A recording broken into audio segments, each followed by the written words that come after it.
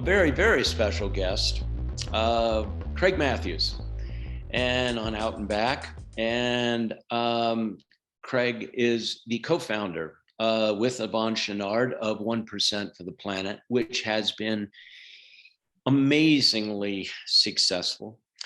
He's a fly fishing legend, and we could go into that forever. And he's written many different books. He's an environmentalist. One of the things is that he was been named a protector of the Yellowstone National Park Award. He won that among many other awards. And Craig, I want to welcome you to Out and Back. Thanks, Paul. It's great to be here with you today. Well, I have to say, I'm going to tell this story because I was on my e-bike and it was late September last year, and it was an awful day. And I went down to the log jam. For those people that don't know, this is on the Madison River in Montana. And the log jam is somewhat famous for its quality of fishing. And I saw one guy out there, and I was on my e-bike with my two hunting dogs, and the wind was blowing, and it was cold. And I looked, and there was this one guy out there fishing, one guy. So I come back and ask a mutual friend of ours who lives on where we live in Sundance Bench. And I asked him, well, who was that guy? And he says, I know who it was. It was Craig Mathews. I said, yeah. And it looked like he was not fishing wet meaning underneath the water and weighted flies. I said, he was on the surface. Now, typically you don't dry fly in that kind of weather. And my friend, Keith, said he never does anything but dry fly fishing. And the thing is, I was watching him catch fish and was going, how does this happen? And so that's my Craig Mathews story. And there are many, many more of those. So I wanted to start with, how did you come up with the idea of 1% of the Planet, you and Yvonne Chouinard, founder of Patagonia? Well, kind of a long story short, but over 20 years ago, Yvonne and I were sitting on the bank of the Madison River right there at Sundance. And we were having a discussion about the realization that besides the fact that our businesses were dependent on using wild public rivers, lakes and streams, and wilderness, we both shared the personal belief that a healthy natural world is also essential for human survival. And for those reasons, we supported grassroots environmental organizations through our businesses, even though we both had anticipated alienating some of our customers by taking stands on controversial issues such as climate change. And the turning point came when we both realized that our businesses were actually growing by leaps and bounds because of what we and a lot of people call our radical stands. And we both found that our customers wanted to support companies that not only took a stand on the environment, but also took that stand by donating to grassroots activism and advocacy. Because these activists and advocates are behind every meaningful conservation victory and environmental victory, they have been historically, and there's no reason to think that the future will be any different. So we decided at that time to start our organization called 1% for the Planet.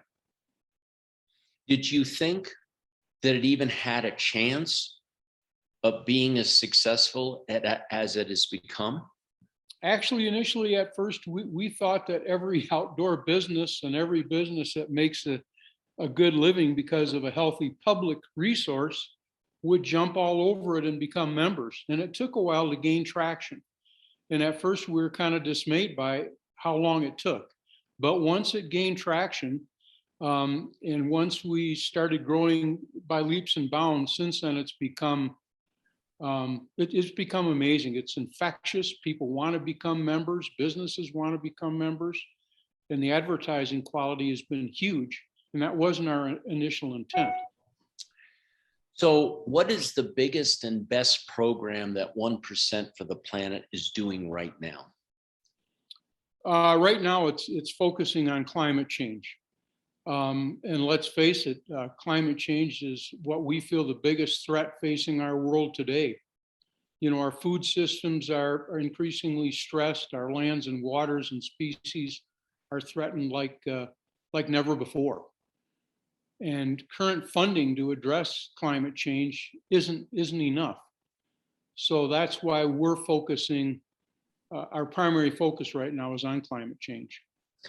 So with regard to climate change, you and I have been in the West for a very long time. And it's astounding, actually terrifying, that Lake Powell and Lake Mead are as low as they are. And the federal government has now had to step in to the upper and lower Colorado compact states to say, you got to reach an agreement, and they haven't been able to reach an agreement yet.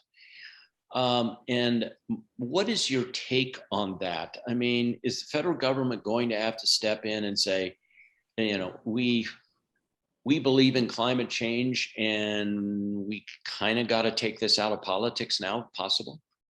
You know, that'd be nice if that could happen, but we feel that the government is not going to do enough. And we feel that current funding, again, to address climate change is not enough. And only 3% of philanthropy goes to environmental causes.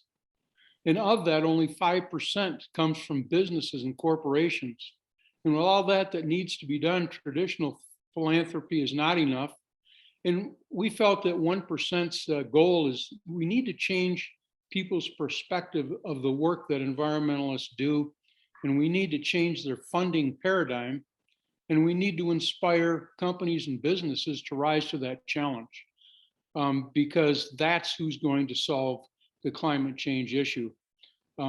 Communities, businesses, it's not going to be our government. They might be able to contribute, but we feel it's going to be communities through community building and businesses that are going to solve the climate dilemma. Have you had success in getting the mega corporations involved, such as Microsoft, Tesla, Apple, particularly Apple? Their 1% would be significant. It'd be huge, but you know, trying to get a public company, a public traded company, to go with a 1% paradigm is just not going to happen. We thought a couple of times. We had companies, corporations like Toyota, and although a lot of them have stepped up and provided some funding, they're not going to give that 1%. And I should clarify what 1% means. And the reason you can't sell that to shareholders, it's 1% of your gross sale. Mm-hmm. That's a solid commitment. Businesses have to step up, and their audited or their accountants are sending proof that they are in fact donating 1% of their gross sale, not this hocus pocus net profit stuff. Most of these companies don't show a net profit, so consequently they don't donate 1%.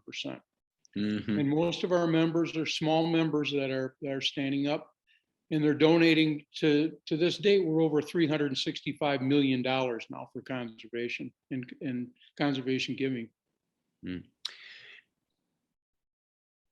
That's really interesting. And you know, have you seen, since the Yellowstone River problem that we had this spring, which is where we had a lot of late season snow, then we had water, then we had a lot of rain, then we had warm, and it all came down at once. Have you seen a bump in contributions to 1% in the Planet since that got international play? Do you think that helped?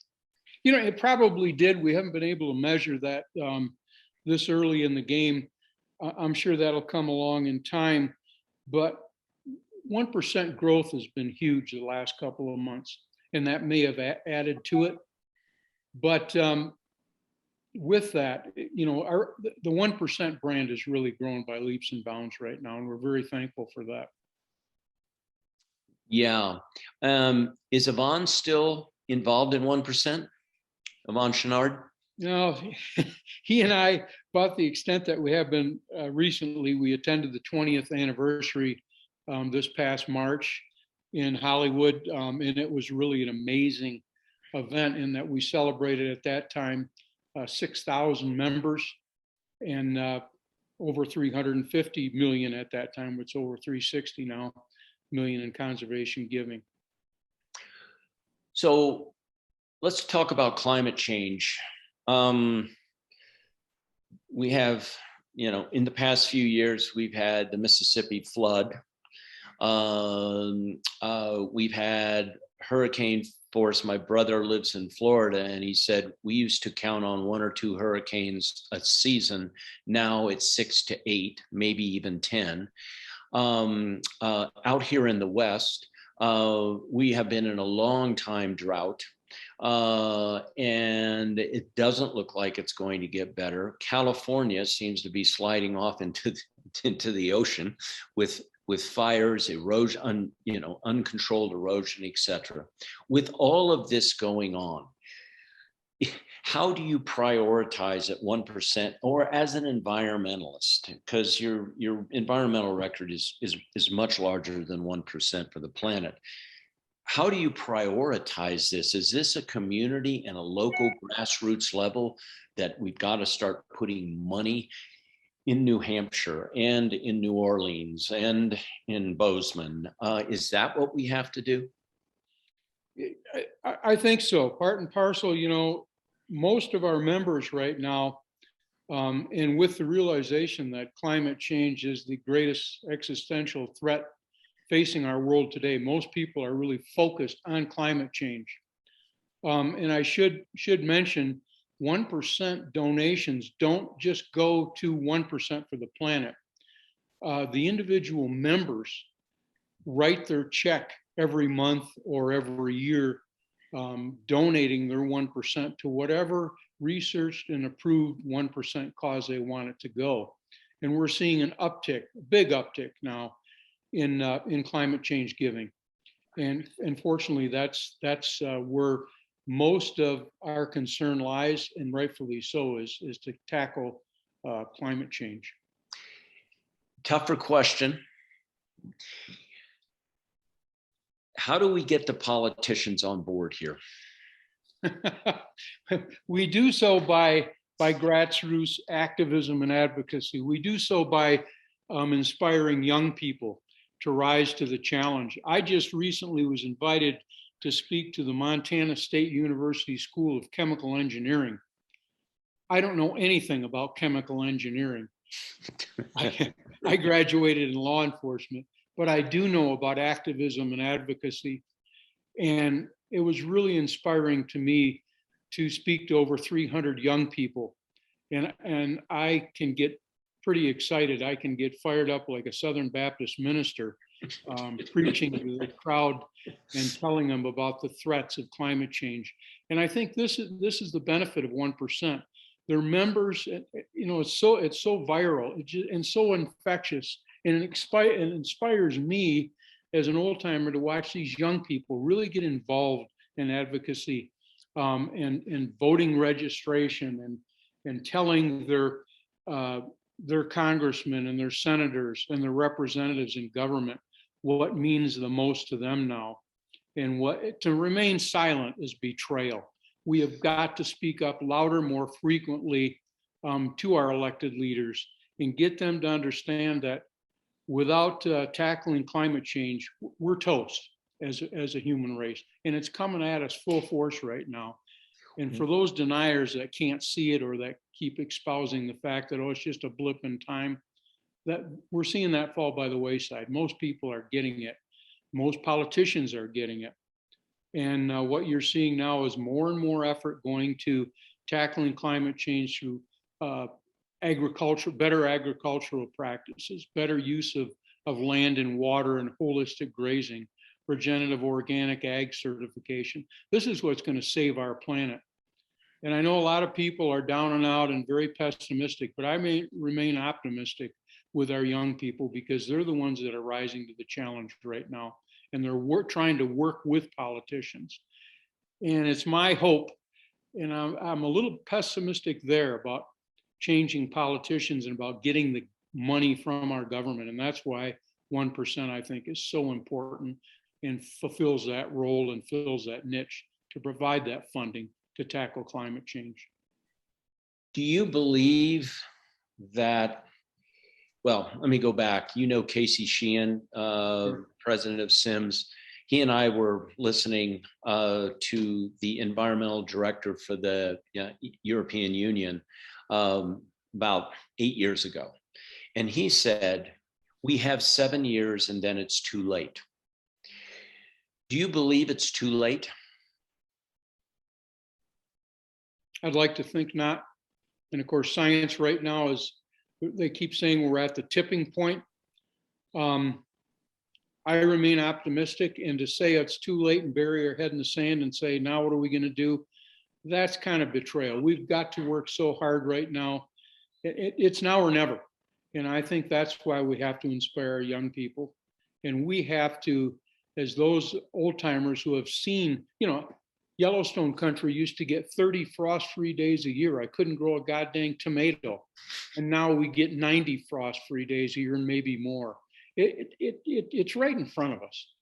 And I think we have to use and we have to inspire young people, and we have to rise to that challenge too. We can't be pessimistic. We can't hide our heads in the sand. We've got to be fired up, and we've got to bring this change to save our planet. And I think we can do it.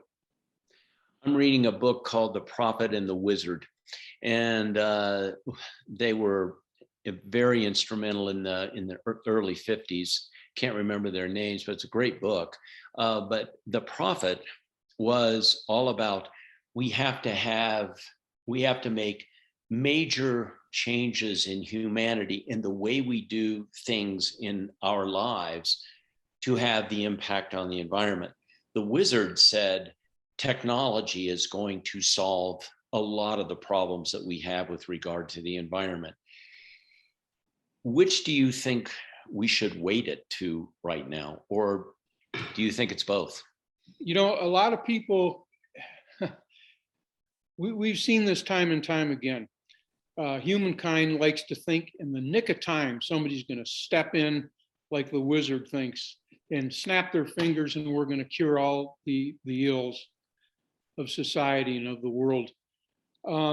We can't wait for that nick of time. We can't wait for that saving grace to come in and save us in the nick of time.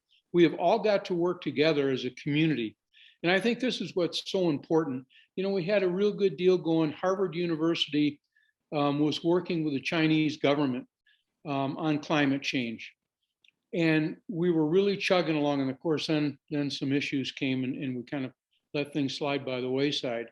But we have to work together, and community building is really going to save us all, if there is a savior, to pull us out of this climate change mess. And I firmly believe community building will save this home planet of ours. But we have to step up now.